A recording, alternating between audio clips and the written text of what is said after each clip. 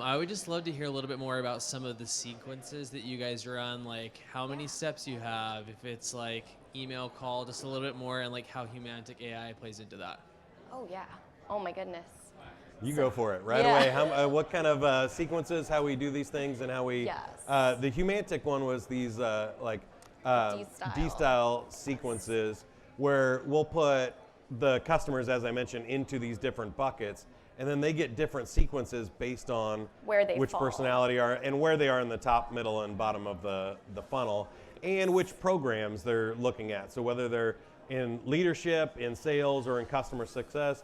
It gets really complicated really fast. I think that's where generative text helps us build all of these out. But also, well, I'm glad that I don't have Emily's job. So I'm going to stop talking and let her talk a little bit about how we use some of these. Yes, so we actually have, I'd say, about 10 active sequences right now. And we kind of came to that through testing a lot of them. And we found that the best middle ground spot in terms of the length was between 7 to 10 steps. And the reason for that is our sales cycle tends to be a lot longer. So you think about once a week we're sending them an email, or once a week you have a touch point. For us, we do like to kind of mix in different types of outreach. So we'll typically have them send an email, but then we'll say follow up with a call, then send a LinkedIn connection request, then follow up, the next week or two on that email and just send them something else. Then send them a vidyard where they can actually record themselves. It puts a face to the text and it makes it more personable. But for us, we found that doing that was the right balance between not annoying the person and pushing them further away, but also piquing their interest. Because by the time we get down to that 7 or 8 or 9 step that we're kind of alluding to as the conclusion, usually we give them, hey, would you like to subscribe for more? Do you want to chat? Do you want to just be invited to monthly webinars? We sort of try to give them a chance to say, hey, we don't want to keep bothering you, but here are some different ways you can stay in touch. And oftentimes one of the big keepers there is the meeting link. It's like, hey, even if you just have questions, want to chat for 15 minutes, just book a 15-minute call. And that seems to do really well. We do actually get a lot of people who use that and who book off of it, just because suddenly it's like, hey, seems like you've been okay getting these, but we're just making sure we're not bothering you. And if we decide to stop them, a lot of people either want the monthly invites, they want the new content, or they say, yeah, I do just want to talk for 15 minutes. So that seems to be the sweet spot for us. I wanted to highlight that a little bit because I mentioned yesterday in my talk, the mutual consent from the seller and the buyer is a huge thing for us.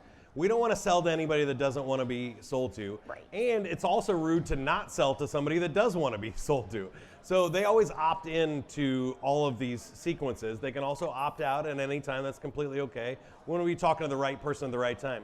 The part I forgot to mention yesterday is that our sellers get the same opportunity. So when we assign a lead, either to enterprise or to our local network, both sellers get a chance to say, this one is not qualified. Put it back in the marketing sequence. Right. I'm not calling them. Or it's too small for enterprise, or it's too big for a local market. They have to accept every lead that we send out. And sometimes that can be frustrating for us as marketers, or we disagree, but that's their choice. If that's not how they want to spend their time, they don't have the right to do that. That's great. We'll remarket to them. We'll come up with something else and figure out another way to handle those. But I think it's a really important step that a lot of people don't do very often, is making sure that people want to be in those sequences, they want to stay there, and when they do want to talk to somebody, does the salesperson want to talk to them, or do we need to find out another solution? And the other one I highlighted in gold up here is that feedback. So at the end of these sequences, Emily mentioned as well, we want them to say, do you want to stay in it? You want to go through another sequence? Do you want to change the topic? Do you want to opt out? What was your feedback on that content we sent? And the salesperson as well. You had that conversation with this lead. How did it go?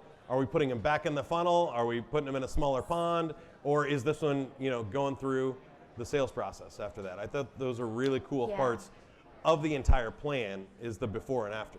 We have 4 sequences that are based on that disc style. So it kind of, tries to talk to them in a way that's going to resonate based on what we've found personality-wise. We've got 4 that actually speak to them persona-wise, just because we have 4 target personas on the enterprise side, where We want to really tackle the pain points of people in different roles or positions. And then we also have two that are kind of our nurture. So there's one that we have actually that's at the very top of the funnel. That's kind of like our hook nurture, get you involved, get your foot in the door, see you took a certain amount of actions to get enrolled in this sequence. So clearly there's some level of interest. But we also have one too that's at the bottom of the funnel that's running now, that's the newest edition. Because a lot of times, if you're like me, you can be very indecisive. And with your company, depending how complex the purchase is, sometimes people can start to either doubt themselves, feel nervous, they start thinking about the buying committee that they've got to get involved. And we wanted to make sure that we were addressing those needs too and helping them have the tools to feel comfortable at the bottom of the funnel to say, yes, I am ready.